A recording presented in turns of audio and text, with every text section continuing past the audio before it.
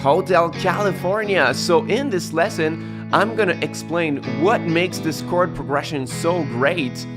And I think it's a really good sign when you can recognize a song just with the chords. No vocal melody, no particular hooks or nothing, just the chords. It's a sign of a very solid and strong chord progression. So what makes this chord progression so great? First of all, we are utilizing outside chords of our key of B minor. So usually in the key of B minor, we can choose from these 7 chords. B minor, C sharp diminished, but it's very rare that we are going to see a diminished chord in pop and rock songs, classic songs.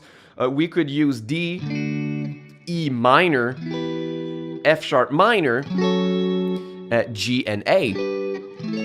And we are finding all of these chords, aside from the diminished one, in the chord progression of Hotel California, but we have 2 outside chords. We have the F sharp major, which is supposed to be minor in the key of B minor, and we have E major, which once again is supposed to be minor. So why did they do it like this?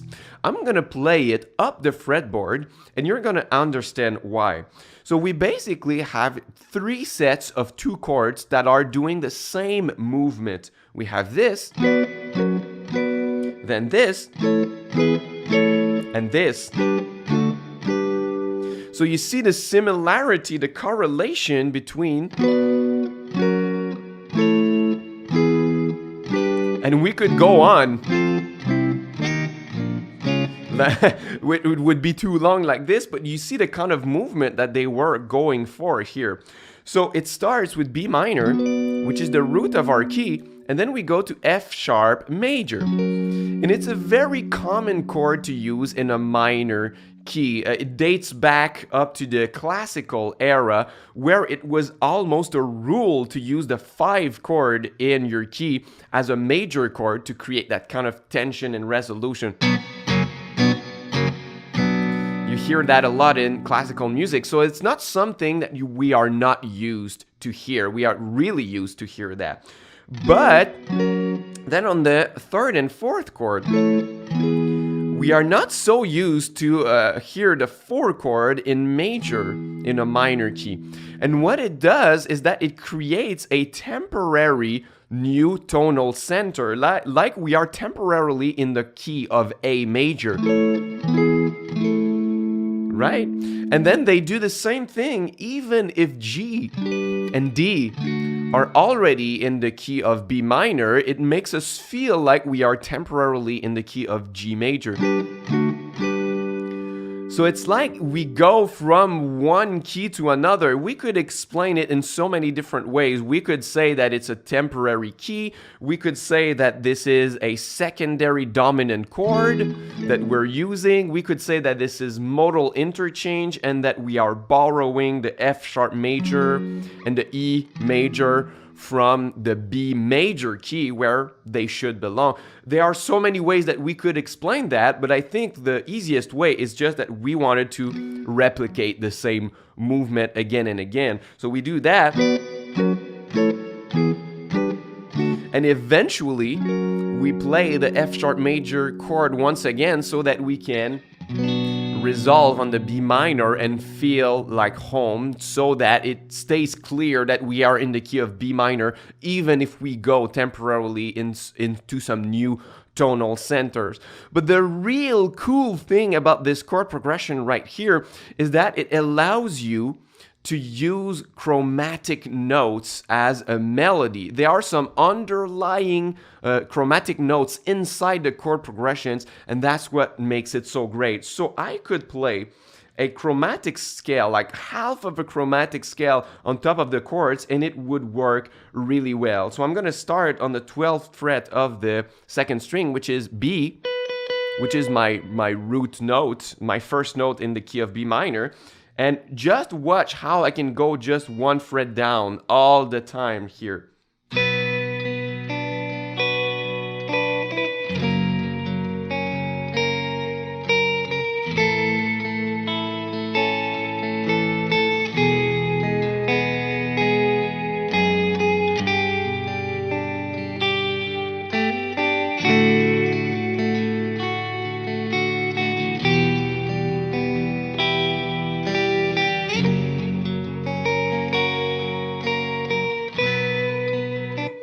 So you saw I played from the 12th to down to the 7th,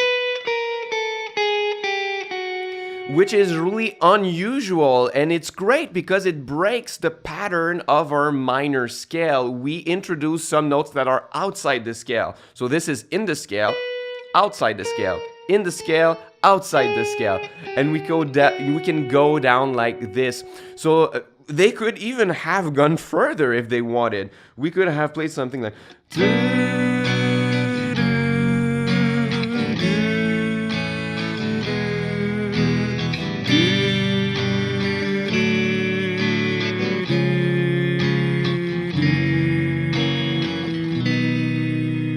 something like, yo, maybe it's too much for that context, but it's really nice to find a way to play chromatic notes in your chord progression to break the pattern, especially when you are in a minor key. And just to circle back to the beginning, I think that this is what's great about the Stairway to Heaven progression too. It's like we are in the key of A minor, and then this chord is not in the key. Then this is in the key, and that's not in the key. But it creates chromatic notes. Dun, dun, dun. So it's exactly the same, wrong chord here. It's exactly the same principle with Hotel California here. We borrow a few chords that are outside the key that allow us to play many chromatic notes in a row, and that's what makes it great. So if you want to do the same thing in your own songs, it's really easy. You have to pick a minor key, and then you have to play the 4 chord and the 5 chord in major instead of minor, which what they should regularly be. And then that's going to help you introduce some more chromatic notes. So for example, if you want to do it in the key of E minor, then you would have to find the 5 chord, the 5th chord.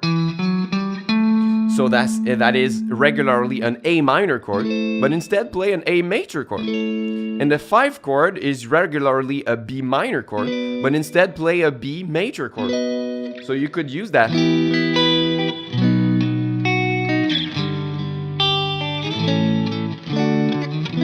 And you can play with those, and that's going to create chromatic notes. So that's just an idea for you if you want to apply this concept to your own songs. Thanks for watching. I hope that you liked watching me nerd about some chord progressions and chromaticism.